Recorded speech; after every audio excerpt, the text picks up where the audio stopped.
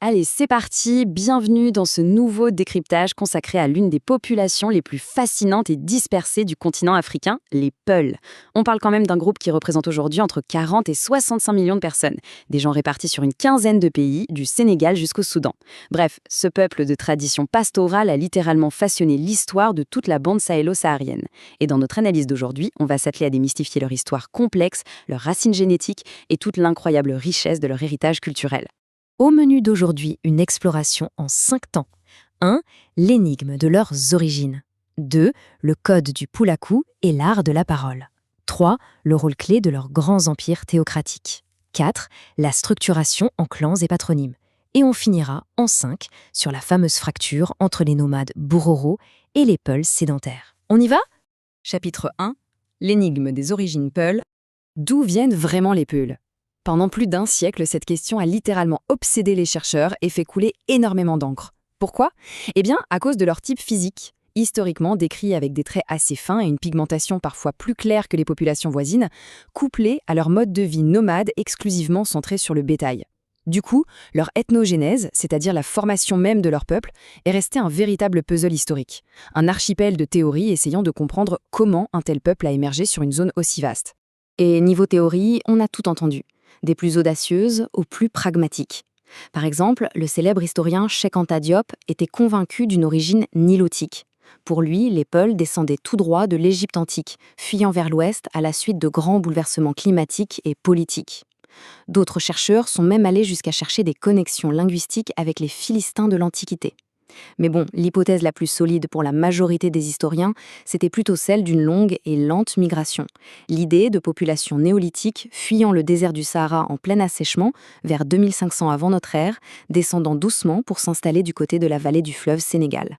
Mais attention, oubliez les mythes, car la science moderne est venue bousculer tout ça. En 2019, la paléogénétique a mis tout le monde d'accord. Les données ADN nous montrent que les Peuls sont en réalité le fruit d'un brassage extrêmement ancien. On parle d'une ascendance majoritairement ouest-africaine à 74,5%, mélangée à du sang européen et nord-africain pour 21,4%, avec une petite fraction est-africaine. Donc, ce qu'il faut vraiment retenir ici, c'est que ces métissages vieux de plus de 3000 ans a créé des adaptations génétiques complètement incroyables. Ils ont même développé un allèle spécifique pour digérer le lactose toute leur vie. L'atout évolutif absolument parfait quand on est un peuple d'éleveurs. Chapitre 2. Le Poulakou et la parole. Bon, la génétique et l'archéologie, c'est passionnant, mais au fond, qu'est-ce qui unit vraiment la diaspora Peul à travers toute l'immensité du Sahel ? La réponse tient en un mot, le Poulakou. Ce n'est pas juste un terme en l'air, c'est le socle philosophique absolu. On peut le définir simplement comme la manière d'être Peul. C'est un code d'honneur super strict qui dicte tout le comportement. Il exige la retenue, le contrôle de soi, l'endurance face à la douleur, mais aussi la sagesse et la bravoure. Chez les Peuls, montrer ses émotions de manière bruyante ou quémandée, c'est la honte absolue, un vrai manque d'éducation. C'est ce code, bien plus que n'importe quelle frontière physique, qui maintient la dignité du groupe. Et ce fameux code, comment on le transmettait ? Uniquement par la parole. On dit souvent que la culture Peul est une culture de la parole proférée. Avant l'adoption de l'écriture arabe, l'histoire ne s'écrivait pas, elle se chantait et se déclamait. Il suffit de penser aux épopées héroïques et grandioses qui foisonnent dans leur littérature, comme l'histoire très célèbre de Silamaka et Poulori. Ces récits, portés par les griots, ne sont pas de simples divertissements, ce sont les archives vivantes du peuple, le meilleur moyen de graver les valeurs du Poulakou dans la tête des nouvelles générations. Chapitre 3. Le rôle des empires théocratiques. Alors là, on arrive à un tournant politique spectaculaire.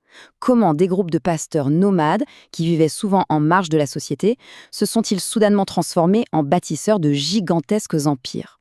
L'explication, c'est une ferveur religieuse fulgurante.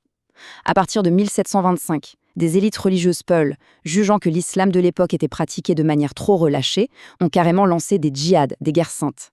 Le résultat était radical. La création d'États théocratiques super puissants.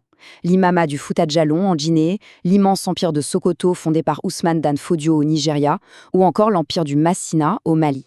L'histoire politique de la région en a été bouleversée pour toujours. Et ce qui est particulièrement marquant, c'est l'intelligence de leur organisation politique. L'islam servait vraiment de ciment pour unifier tout le monde, avec une volonté assumée de purifier la société par la charia. Mais d'un point de vue stratégique, ils étaient redoutables. Prenez le Fouta Djallon par exemple. Pour éviter les guerres civiles interminables, le trône alternait tous les 2 ans entre 2 grandes factions rivales, les Alfaya et les Soria. Pas mal comme système, non ?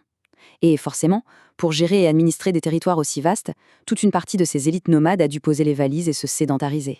Chapitre 4. L'organisation des clans et patronymes. Cette sédentarisation nous amène logiquement à observer leur mode de vie au quotidien.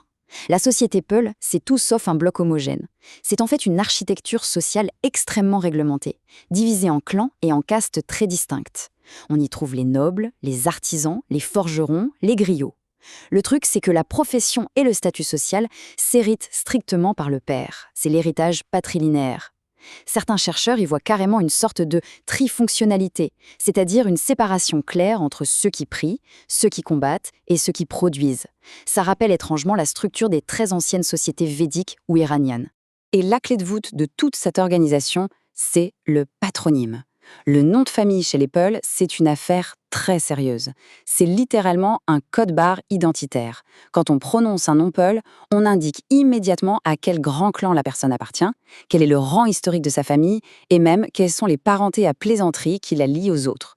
C'est une véritable archive vivante qui permet de maintenir l'ordre social et de préserver les alliances à travers le temps. Chapitre 5. Nomades Bororos et Peuls sédentaires. Ce qui nous amène à la réalité d'aujourd'hui, marquée par un contraste absolument fascinant au sein même de ce peuple. D'un côté, on a les Fulbejeri, dont font partie les fameux Bororos. Eux sont restés farouchement nomades, vissés à leur tradition pastorale et conservent parfois des croyances un peu plus syncrétiques ou animistes.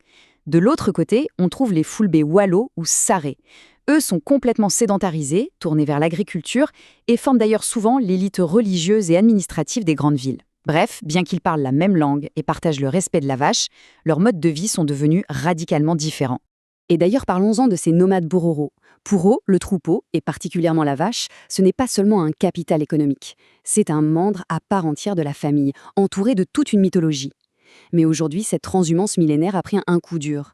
Depuis la colonisation, la mobilité a souvent été perçue comme une anomalie. On a favorisé l'agriculture fixe, bloquant les anciens couloirs de migration. Ajoutez à cela la pression foncière et les changements climatiques modernes, et on se retrouve avec un mode de vie de plus en plus marginalisé, ce qui crée inévitablement des tensions sur le terrain. Tout cela soulève une ultime question vraiment cruciale. On le voit bien, l'histoire des Peuls n'est pas qu'un chapitre du passé, elle est au cœur de l'actualité brûlante de l'Afrique contemporaine. Le grand défi de demain pour la survie de cette culture, c'est de savoir comment les États modernes du Sahel vont aborder ce pastoralisme traditionnel. Est-ce qu'on va enfin intégrer cette mobilité nomade comme une véritable richesse économique, ou est-ce que les conflits pour la terre finiront par effacer les derniers sentiers de transhumance ? Voilà une réflexion indispensable pour quiconque veut comprendre les dynamiques actuelles en Afrique de l'Ouest. Merci d'avoir suivi cette exploration avec nous, et à très vite pour un prochain décryptage.